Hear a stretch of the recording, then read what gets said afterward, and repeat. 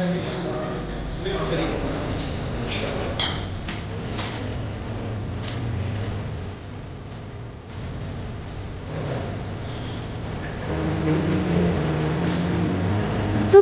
பணியாளர்களை ஸ்டார் ஹோட்டலில் உட்கார வைத்து தொண்டு நிறுவனம் செய்த நிகழ்ச்சி செயல்.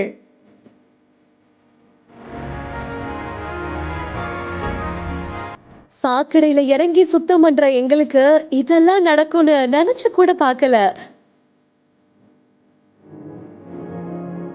என்ன வேணுமோ தயங்காம சாப்பிடுங்க என்று சுட சுட தங்கள் கையாலேயே பரிமாறப்பட்ட பிரம்மாண்ட கறி விருந்து.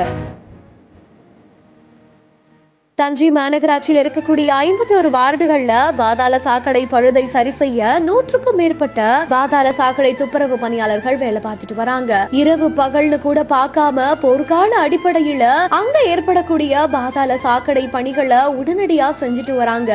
ஆனா நோய் நொடியில இருந்து பாதுகாக்கக்கூடிய நமக்கு ஒரு வாய் தண்ணீர் கொடுப்பதற்கு கூட மனிதர்கள் யோசிக்கிறாங்களே அப்படின்னு இவங்களோட மனக்குமுறல கேள்விப்பட்ட தஞ்சாவூர் ஜோதி அறக்கட்டளை செயலாளர் பிரபு ராஜ்குமார், யாரோ ஒருத்தர் உங்களுக்கு குடிக்க தண்ணீர் குடிக்க யோசிச்சா என்ன, மக்களோட சுத்தத்துக்கும் சுகாதாரத்துக்கும் பங்களிக்கக்கூடிய உங்களுக்கு என்னோட கையால நான் விருந்தே வைக்கிறேன் அப்படின்னு உடனடியா அந்த பாதாள சாக்கடை பழுது நீக்கக்கூடிய பணியில இருந்து 100க்கும் மேற்பட்ட பணியாளர்களை தங்களோட சொந்த செலவுல தஞ்சையில இருக்கக்கூடிய மிக பிரபலமான உயர்தர அசைவ உணவகத்துக்கு கூட்டிட்டு போய் அவங்க எல்லாரையுமே சந்தனம், குங்குமம், கல்கண்டு, வெற்றிலை பாக்கு, பன்னீர் தெளித்த பாரம்பரிய முறைப்படி பிரம்மாண்டமா வரவேற்று அவங்களுக்கு மட்டன், பாபிக்யூ சிக்கன், மீன், முட்டை, பிரியாணி, இடியாப்பம் அப்படி இப்படின்னு தடபுடலான கறி விருந்த வச்சிருக்காங்க.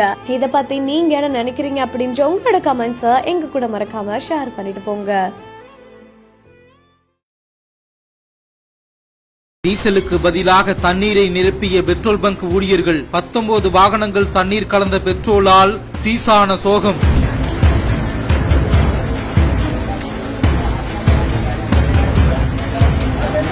சீசாகி நின்ற மத்திய பிரதேச முதல்வரின் கான்வாய்.